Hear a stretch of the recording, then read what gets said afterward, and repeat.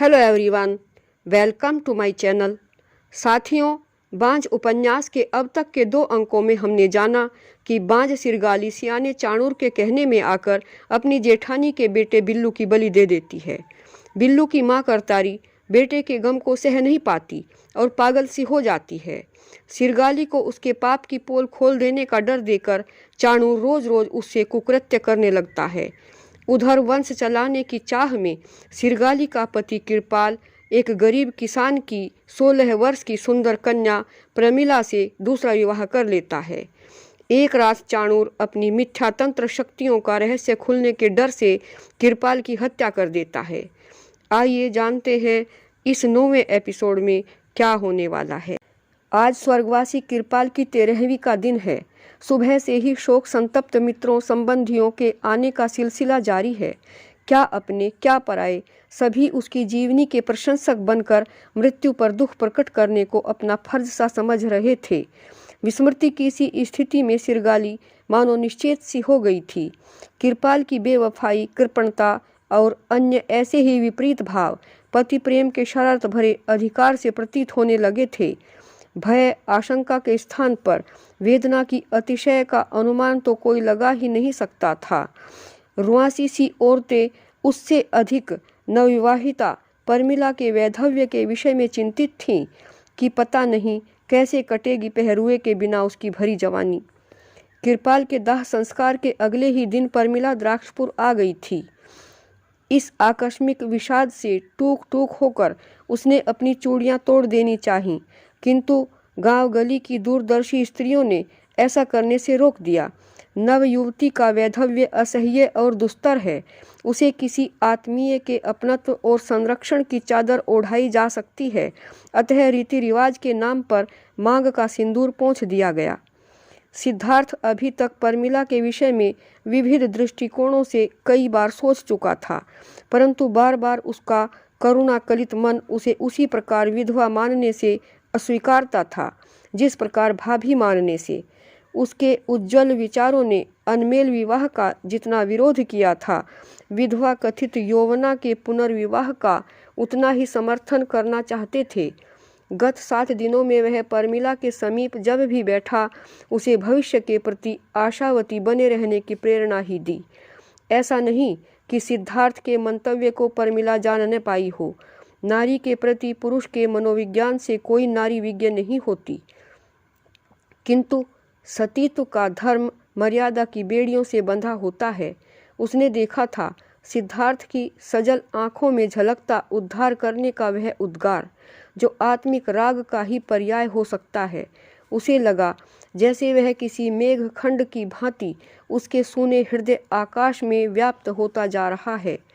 पुष्टि के लिए कई एक ग्राम्याओं की बातों की भनक भी प्रमिला के कानों में पड़ चुकी थी कि सिद्धार्थ के अलावा कौन हो सकता है इस निरावलंब का अवलंब। आज उसके बाप के आने की काफ़ी कुछ मनस्या भी शायद यही हो, काश यही हो। वह बहुत कुछ इस कामना से भरी मन से अपने इष्ट देव को मना रही थी। दोपहर का गुलाबी वातावरण था। कृपाल की स्वर्गीय आत्मा की शांति के लिए सूर्य को जलार्पण किया जा चुका था। ऐसे अवसर पर कृपाल का निसंतान प्रस्थान सभी को खल रहा था। आज यदि उसका कोई पुत्र होता तो क्यों छोटे भाई को तर्पण करना पड़ता। दान दक्षिणा के लिए बुजुर्गों ने चाणूर सियाने को चुना था। हत्यारे को मानो हत्या करने का पारितोषिक दिया जा रहा हो। उस बहरूपिये ने भी दान लेते समय कृपाल के गुणों का गान किया, आत्मा की तृप्ति के लिए मंत्रोच्चार किया और विदा होने से पूर्व सिरगाली से मिलकर उसे सांत्वना देने की इच्छा व्यक्त की, जिसके लिए सिरगाली ने स्पष्ट इनकार कहलवा भेजा। मजबूर होकर चाणूर को निराश ही जाना पड़ा। बुलाने पर सिद्धार्थ बैठक में आया, जहां उपस्थित लोगों की दृष्टियों में उसके प्रति एक अपेक्षा का भाव अनुभव किया जा सकता था। लंबी सफ़ेद मूँछों वाले वयोवृद्ध ने उसे निकट बैठाकर सस्नेह पूछा, बेटा, इन बेड़ली वाले तुम्हारे संबंधियों को अपनी विधवा बेटी के अगत की चिंता सता रही है। अभी अवस्था तो कुछ नहीं और पहाड़ सा जीवन पड़ा है। किस तरह कटेगा अकेली से। गोद में कोई पुत्र होता तो भी सब्र का घूंट पिया जा सकता था, लेकिन अब तो तुम ही पर नज़र है। तुम चाहो तो इनकी चिंता दूर कर सकते हो। बातों का आशय समझकर सिद्धार्थ ने नतग्रीव कहा, आप जो कहेंगे मैं शिरोधार्य करने को तैयार हूँ। बड़प्पन के साथ वृद्ध ने उसे देखा। तो फिर बेटा, इनकी बेटी का हाथ थाम लो जीवन भर के लिए।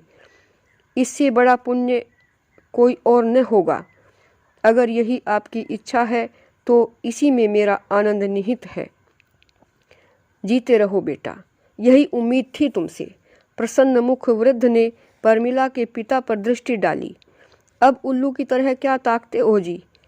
अरे, जेब में कोई रुपया ढेला हो तो जल्दी से हमारे बेटे की हथेली पर रख दो। परमिला के गरीब बाप को जैसे कोई जागीर मिल गई हो, ऐसे ही हर्ष से 1 रुपये का नोट निकालकर सिद्धार्थ की ओर बढ़ाया, जिसे सादर ग्रहण कर सिद्धार्थ ने सभी का आशीर्वाद लिया।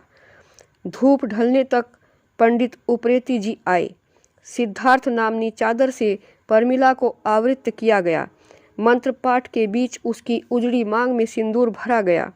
इस प्रकार एक हतभाग्या पुनः सौभाग्यशालिनी हो गई। उधर सिरगाली के मन में अंधकारमय जीवन के प्रति निश्चिंतता थी।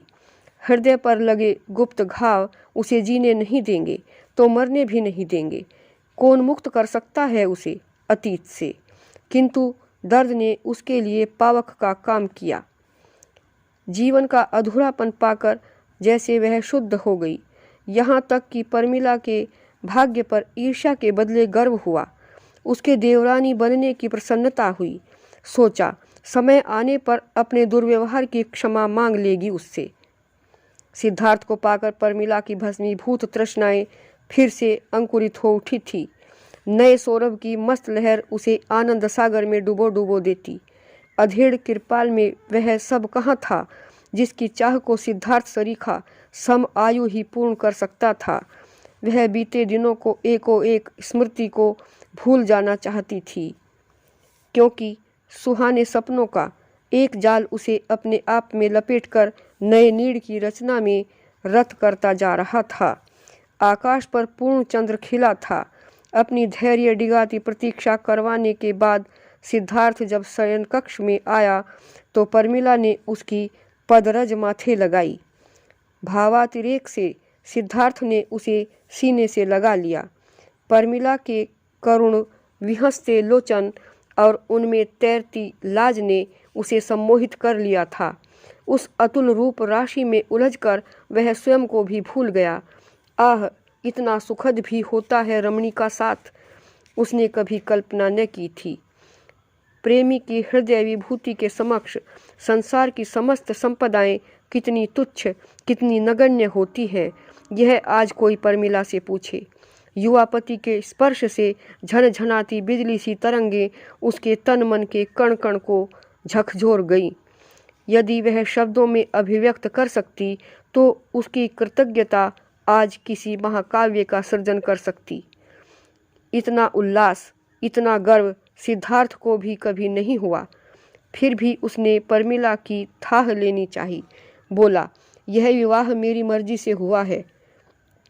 करता भी क्या, इसके अलावा कोई रास्ता भी तो नहीं था। कहीं कोई बोझ तो नहीं तुम्हारे दुखी दिल पर? तुम खिन्न तो नहीं मुझसे? अंतस से गदगद होते हुए भी परमिला ने निर्लिप्तता दर्शाई। यही वह मुझे आप पर भी होता है बार बार। सिद्धार्थ के होठों पर मुस्कान ने अठखेलियाँ की। निराधार है तुम्हारा वहम। इन सुरभित केशों की छाया में, नील कमल खिलाते नयनों के ताल में जीने और डूब जाने को किसका मन न चाहेगा। वह लाजवाब हो गई तो उसने उसे पुनः भुजपाश में बांधकर कहा, आंधी में बुझे तुम्हारे जीवन के दिए की लो बनकर जल सकूं या न जल सकूं, लेकिन तुम पर अर्पित हुआ एक नैवेद्य जरूर हूँ मेरी देवी। मिट जाना चाहता हूँ तुम पर। दासी हूँ मैं तो नाथ आपके चरणों की। सिरगाली की विलास बुद्धि लगभग विक्षिप्त हो चुकी थी। कामेंद्रियां भले ही न जर्जर हुई हों, पर उनकी चेष्टाएं अवश्य बुढ़ी हो गई। जीवन अभिलाषाओं की समाधि बनकर रह गया। अब वह थी और उसके बहते हुए आंसू, आंसू जो हृदय की कातर अभिव्यक्ति हैं, जिनके द्वारा ग्लानि की कीच और पश्चाताप की जलन बह जाती है। धूप सेकने के बहाने सिरगाली रोज छत मुंडेरे पर जा बैठती। कोई अज्ञात सा भय, अलक्षित सी पीड़ा, अव्यक्त सी चिंता उसका मन मथा करती। अंधे के समान उसके लिए न कोई मार्ग था, न कोई विश्राम का आधार। नितांत अकेलापन था अपने आप में, जिससे बचने के लिए मनुष्य का एकमात्र ध्यान केंद्र होता है परमपिता परमेश्वर। इसीलिए वह अपना अधिक समय शांतिदायक परमेश्वर की आराधना में व्यतीत करती। भाभी की मलिन आत्मा को बल देने के लिए सिद्धार्थ कभी कभी उपदेश देता कि जीवन 4 दिनों के बसेरे का नाम है। इसके हिस्से में सुख ही सुख नहीं, दुख भी आते हैं। दुख को भी सुख सा ही समान भाव से जीना पड़ता है, सहना पड़ता है। दुख में सुख की छवि देखने वाला कभी दुखी नहीं होता। ज्ञान की ऐसी बातें सुनकर सिरगाली में अलौकिक धैर्य और वैराग्य की आभा का उन्नयन होता। विदित होता मानो सच्चे जीवन का तथ्य पा लिया हो। जब कर्म की सुधि नहीं तो भोग की वेदना कैसी। सियाने के प्रति जो क्षुद्र सा मोह उससे चिपक गया था, अब दूर हो चुका था, तेज हवा में उड़ी राख की तरह। अनजाने में कुछ कुस्मृतियाँ कभी कभार जब भीतर तक झिंझोड़ देती तो वह प्राणों से निस्तार पाने के लिए छटपटा सी उठती। कल तक जो परमिला उसकी डाह की पात्रा थी, वही छोटी बहन सदृश दिखने लगी। अब सिरगाली अक्सर उसका रूप संवारती, उसे आभूषणों से सजाती। सिद्धार्थ से तो उसे पहले ही से स्नेह था। उसकी त्याग भावना, सत्यनिष्ठा और न्यायप्रियता ने सदा ही मन को मोहा था। ऐसे लक्ष्मण से देवर की पत्नी से लगाव क्यों न हो। उसके इस स्वभाव परिवर्तन से परमिला भी श्रद्धा से नत हुए बिना न रह सकी। पति के अनुरूप जो होती है भारतीय नारियां, कृपाल के सांचे में ढलकर जो उच्छृंखल थी, वही अब सिद्धार्थ के आदर्श में उतर चुकी थी। स्वेच्छा से वही घर का काम धंधा देखती, सिरगाली के लिए गर्म पानी करती, उसके कपड़े धोती, उसका बिस्तर बिछाती। उसकी सहमति के बिना एक कदम भी न रखती थी। आखिर अब वही तो सास है, बड़ी बहन है और जेठानी भी। अपने प्रति देवरानी की यह सेवा भावना देखकर सिरगाली को नई प्रेरणा मिली और उसने भी अपनी सेवा का लक्ष्य अपनी जेठानी को बना लिया। पागल करतारी को नहलाकर वह नित्य साफ सुथरे कपड़े पहनाती, फिर आसन पर बैठाकर अपने हाथों से एक एक कोर भोजन कराती, अपनी चारपाई की बगल में उसकी चारपाई बिछाकर सुलाती। करतारी पर जब कभी पागलपन का भूत सवार होता तो उसके थप्पड़ घूंसे लात खाकर भी हंसती। इस सब में उसे जो आनंद प्राप्त होता वह ऋषि मुनियों को शायद ही मिलता होगा। यही कारण है कि बोधारू सिरगाली की प्रशंसा के चर्चे सरेआम करता फिरता है। उसने भी अब ताड़ी भांग पीने में कमी कर दी। शाम को तो थोड़ी सी पीता है, और कोई चाहे कि उसे भी छोड़ दे तो यह हो नहीं सकता। उधर कई दिनों से चाणूर की नसों में दौड़ती काम की उत्तप्त तरंगे कल्लोल कर रही थीं। फागुन का गुदगुदाता मास था और सांध्य नभ पर पंछियों का झुंड अपने नीड़ों की ओर पंक्तिबद्ध उड़ा जा रहा था। ऐसे समय में योजना बनाकर वह सिरगाली से मिलने चला, कुछ इस विश्वास के साथ कि समय की मरहम से उसके मर्म स्थल पर लगे घाव अब तक तो भर चुके होंगे और वह यौन अतुष्टि से उसकी बाट में पलके बिछाए होगी। आखिर वह उसका आशिक ही नहीं, राजदा भी तो है। सिरगाली के घर पहुंचकर चाणूर ने एक हिचक के साथ द्वार का कुंडा खटखटाया। सफ़ेद धोती में दुख का चित्र बनी सिरगाली ने द्वार पट खोले। सम्मुख चाणूर का मनहूस चेहरा देखते ही उसके नेत्र ज्वाला उगलने लगे, किंतु उसके भाव समझे बिना ही चाणूर विरह विगलित हुआ। परम शिव की इच्छा से जो कुछ घटा, अब उसके क्लेश का कोई कारण नहीं, बल्कि खुशी इस बात की है कि हम स्वच्छंदता से एक होकर जी सकेंगे, यहाँ नहीं तो कहीं और सही, जहाँ मैं और तुम हो, प्रेम की धरती हो, प्रेम का आकाश हो। सिरगाली ने दांत पीसे। अब तेरा जादू मुझ पर नहीं चलने वाला। अपनी भलाई चाहता है कमीने, तो चला जा यहाँ से, तेरा मुंह तक नहीं देखना चाहती मैं। और किवाड़ बंद करने लगी, परंतु चाणूर ने दोनों हथेलियों से धकेल कर किवाड़ों को खुले रहने के लिए विवश कर दिया। प्रतिकूल भाव को अनुकूल बनाने के लिए सविनय नम्रता से बोला, यह क्या कर रही हो सिरगाली? होनी तो हो चुकी, और तुम्हारा मेरा मिलन तो विधाता ने बदा है, उसे कौन टाल सकता है। मैं कहती हूँ चला जा यहाँ से, तेरी रग रग पहचानती हूँ। शायद तुम मुझे काम का दास समझ रही हो, मगर सोचो, अगर मैं ऐसा होता तो तुम्हारे ही पास क्यों आता? इस कुकर्म के लिए तो औरतों से संसार भरा पड़ा है। सच तो यह है सिरगाली, मैं वासना से मुक्त हूँ और प्यार की डोर से बंध कर तेरे पास आया हूँ। तुम जो भी हो, जैसी भी हो, मेरी हो, मुझे भाती हो। विकल सिरगाली ने घृणा से मुंह फेर लिया, लेकिन चाणूर उसी प्रकार अपनी बात कहता रहा। मत भूलो कि हम दोनों पति पत्नी भी हैं। मैं तुम्हारा और तुम मेरा आधार हो। कौन अलग कर सकता है हमें? मेरी उदासी को नहीं देखना चाहती तो मत देखो, पर अपनी श्रीहीनता पर तो नज़र डालो। कितनी अपूर्ण हो गई तुम मेरे बिना। मेरे साथ रहोगी तो फूल की तरह खिल उठोगी, फिर वही सौंदर्य छटा तुम्हारा अंग प्रत्यंग चूमने लगेगी। उसकी बातें अनसुनी कर सिरगाली ने कहा, मेरे पति को खाकर भी पेट नहीं भरा? हत्यारे, मेरी जिंदगी से खेलकर यहाँ आने की हिम्मत कैसे हुई तेरी? जा, चला जा यहाँ से, नहीं तो मेरा गुस्सा। गुस्सा? व्यंग से हंसा चाणूर। गुस्सा तुम जैसी कामिनी को शोभा नहीं देता। सिरगाली नियंत्रण से बाहर हो गई। मैं तुझे जीने नहीं दूंगी कुत्ते। गुस्ताख, तिल मिलाकर चाणूर ने उसके गाल पर एक चांटा जड़ दिया। तेरी यह मजाल? खून का घूंट पीकर एक कदम पीछे हटी सिरगाली। नंगा कर दूंगी भरे समाज में, चीख चीख कर कहूंगी, यही कातिल है, मेरे पति का कातिल यही चांडाल है, इसी ने सर्वनाश किया है कुल का। सिरगाली से इतने दुस्साहस की आशा नहीं थी चाणूर को। एक क्षण निर्वाक और निर्निमेष रह गया वह।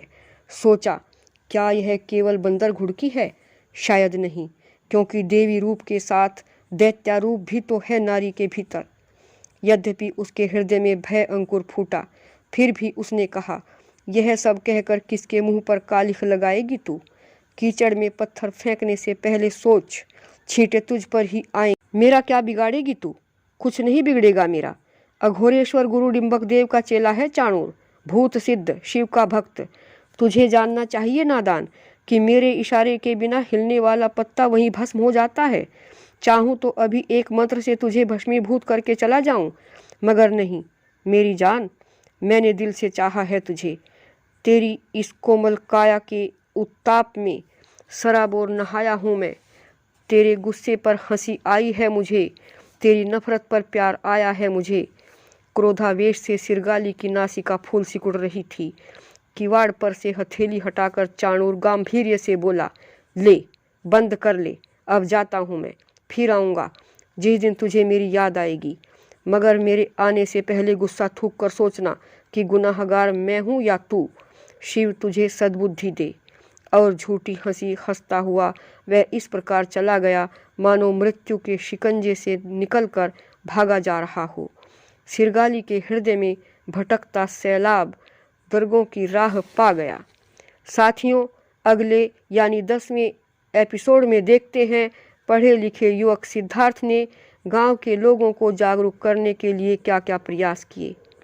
अगर आपको यह वीडियो अच्छी लगी हो तो इसे लाइक करें, शेयर करें, कमेंट करें और सब्सक्राइब अवश्य करें। धन्यवाद।